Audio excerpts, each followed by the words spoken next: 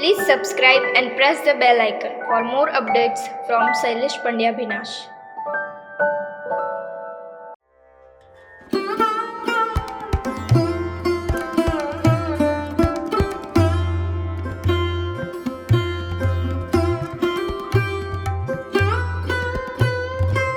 નમસ્કાર દર્શક મિત્રો, અશ્રુગર નવલકથાનું છઠ્ઠું પ્રકરણ શૈલેષ પંડ્યા વિનાશ અને શ્રી ગણેશ કોમ્યુનિકેશન યુટ્યુબ ચેનલના સંયુક્ત માધ્યમથી આપણે સીધું જ વાંચીકમ પ્રકરણ 6 અશ્રુગર નવલકથા. ગાડું ખખડતું જતું હતું. રાવજી પટેલને વંદન. પ્રકરણ 6. ગાડું ખખડતું જતું હતું. આખે રસ્તે પોતાનું શૈશવ અને કૌમાર્ય છૂટું છવાયું વેરાયું હતું. એનું સ્મરણ થતાં સત્ય ફરીથી નાનો બની ગયો. ઉનાળાના ઉડતું પંખી તમ્મર ખાઈને નીચે પડે એવા તાપમાં એ પાછો દજાવા લાગ્યો. નિશાળેથી પાછો ઘેર જતો હોય એમ તે આજુબાજુની સીમને જોવા લાગ્યો. પોતે જુબિલી હાઈસ્કૂલમાં ભણ્યો હતો. તે વખતે મા વહેલી ઉઠીને ઢેબરું બનાવી કાગળમાં વીંટાળી દફતરમાં મૂકી આપતી. ક્યાં બાત હે! માંડ ભાગોળ લગીએ પોતે ના પહોંચ્યો હોય ને કળશો લઈને ઝાડે ન જવું હોય તોય રસ્તાની એકલ વેરાનગી જોવા પાછળ આવી પહોંચતી અને સતી બેટા, હજી તો હરણીઓએ નથી આથમી, પાછો આય કંઈ બૂમ પાડતી. છીકામાંથી નાની ડુંગળી પડી જાય એમ આંખમાં આવીને બચપણ પાછું પડી ગયું. ગાડું ખખડ કરતું જતું હતું. સત્યને થયું પોતાનું મન વૃદ્ધત્વનો અનુભવ કરી રહ્યું છે. એણે શંકરના હાથમાંથી પરોણી લઈને બળદને ગીંચ્યો. અરે હેન્ડરે એવો હુંકારો રેલાવ્યો. શંકરની લાલા કાકાની તબિયત પૂછી. એમને તો ભૂંડે નથી વળગતું એવું જાણી સત્યના આનંદનો પાર ન રહ્યો. પેલી કાશીબોર નીચે પોતે અલબેલી મઢી નામની એક ફક્કડ વાર્તા લખેલી. મોટા ભાઈને ઘેર જઈ વંચાવેલી. મોટા ભાઈએ એક પાનું વાંચીને પોતાને એક ઢોલ ચોળી હતી અને પોતાને છીનાડવાનું ઉપનામ આપ્યું હતું. મોટા ભાઈને ઘેર લક્ષ્મી આવી છે. સુરભીનું નામ એને ખૂબ ગમ્યું. દેખાવે કેવી હશે એ બેટલી, આપણે હવે ને ગોળ ખાતો હોય એમ મોં હસવાથી ભરાઈ ગયું. દૂરથી ભાગોળ દેખાઈ. અહેમદ, કાંતિ, લગડો, ચુનિયો, આવારા, બિપિન, રતિલાલ, તરુ, ઉજળો, ગોરધન, એને સૌ સનલાઇટ કહેતા. લાંબા વાળ રાખતો અને લટને કપાળ પર ઝૂલવી રાખતો.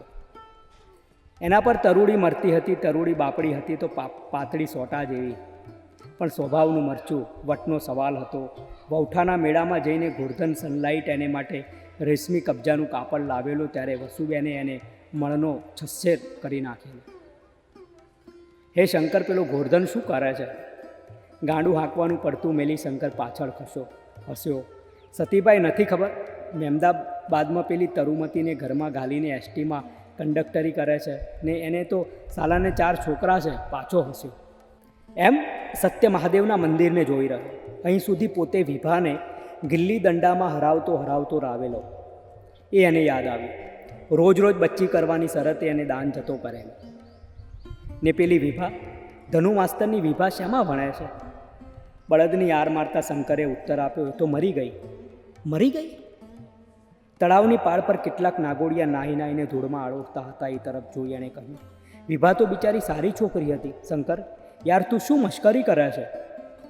ગિલ્લી દંડાની એની ટીમ વેરણ છેરણ થઈ ગઈ. ભાગોળ ખરેખર ખૂબ બદલાઈ ગઈ. એ ગાળામાંથી નીચે ઉતર્યો. 12માસી આંબા નીચે જઈ ઊભો. હમણાં ચૂનિયો આવશે, હમણાં ગોરધન આવશે. આપાથી કાંતિ, લંગડો અને તે પોથી બિચારી Vibha. God has no mercy. પોતાને રાખડી બાંધીને હજી તો 2 વર્ષ ઉપર રડી પડી હતી અને પણ એ નિશાળના ઓટલા પર પોતાનો શેકેલો પાપડ લાવીને ફ્રોકના ખિસ્સામાંથી કાઢીને ખવડાવતી હતી. 12માસી આંબાનું પાંદડું ચૂંટતો એ આંખમાં ઝલમલતી નિશાળને જોઈ રહ્યો. નિશાળના ઓટલા પર જઈને બેઠો. પેલા હજારીના પીળચટ્ટા ક્યારામાં તો કણજીનું વૃક્ષ હતું. એની જમણી તરફ મોતીની ઝૂંપડી હતી. મોતી બધાને તલ સાકરીની લાડુડીઓ આપતો. અહીં મોતી રહેતો હતો તે ક્યાં ગયો? પરંતુ ત્યાં પીળચટ્ટો હજારીનો ક્યારો લહલ થઈ રહ્યો હતો. એ ક્યારાની ઉપર વૃદ્ધ અવકાશ જલીય બની જતો, પડું થતો હોય એમ ઊભો હતો. કણજીના વૃક્ષની એક ડાળી મોતીની છાપરી તરફ નમેલી હતી.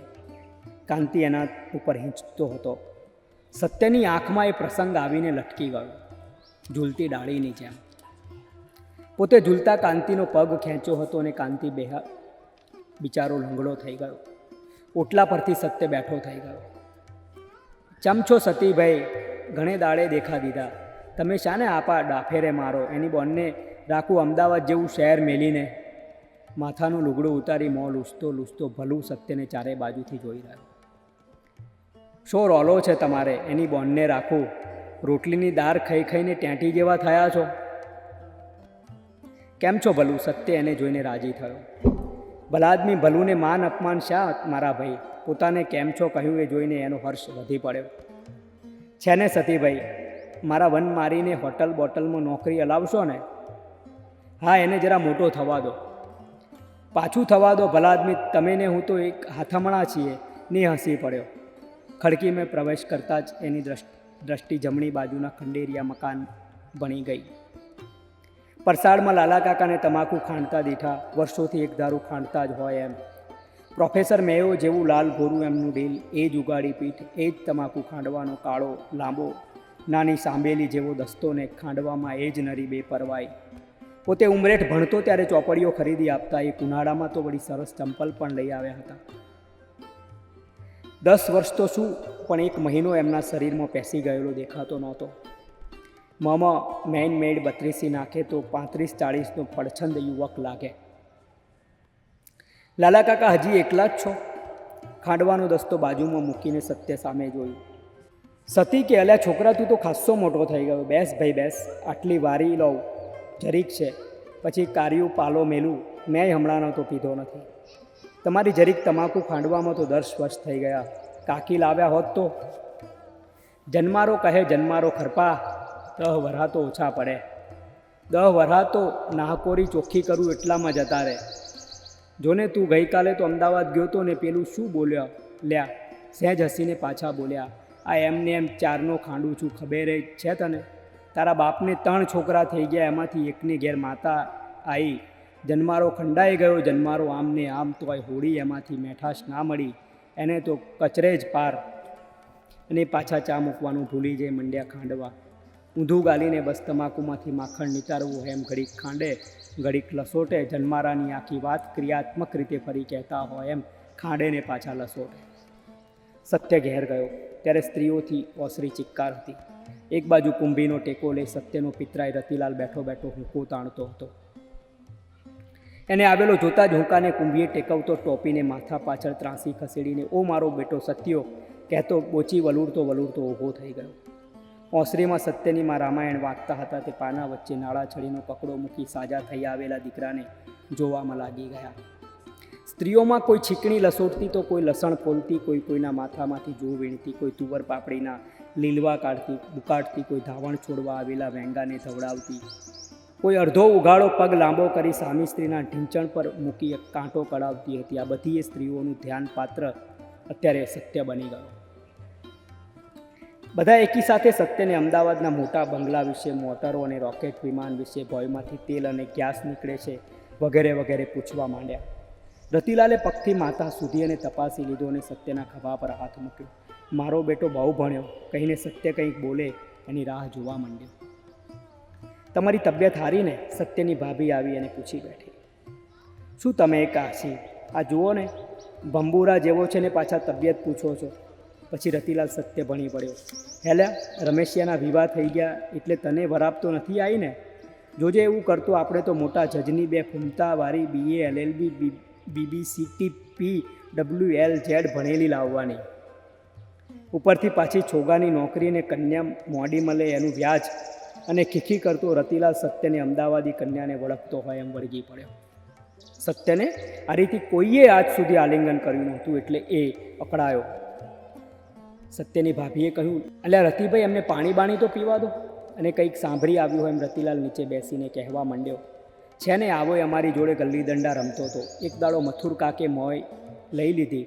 પછી છે ને ખીખી પછી છે ને મથુર કાકા એમના બાયણામાં ઉઘાડે બૈડે વરાળું ભાગતા હતા અને એવો ખીખી આવતો કે ને બૈડા પર ધડ ધડ પેશાબ. બાકીનું વાક્ય ખીખીમાં પૂરું કર્યું.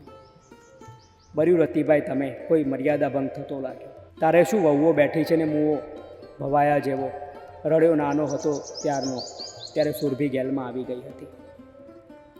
એની કિલકારીઓ પરસાળમાં ફૂલની જેમ મહેકતી હતી. સુરભીને લેવા સત્યેલા હાથ લંબાવા કે તરત કાકા પાસે જવા એણે પોતાની નાનકડી જાતને કાશીની સોળમાંથી લગભગ સત્ય ભણી ફેંકી.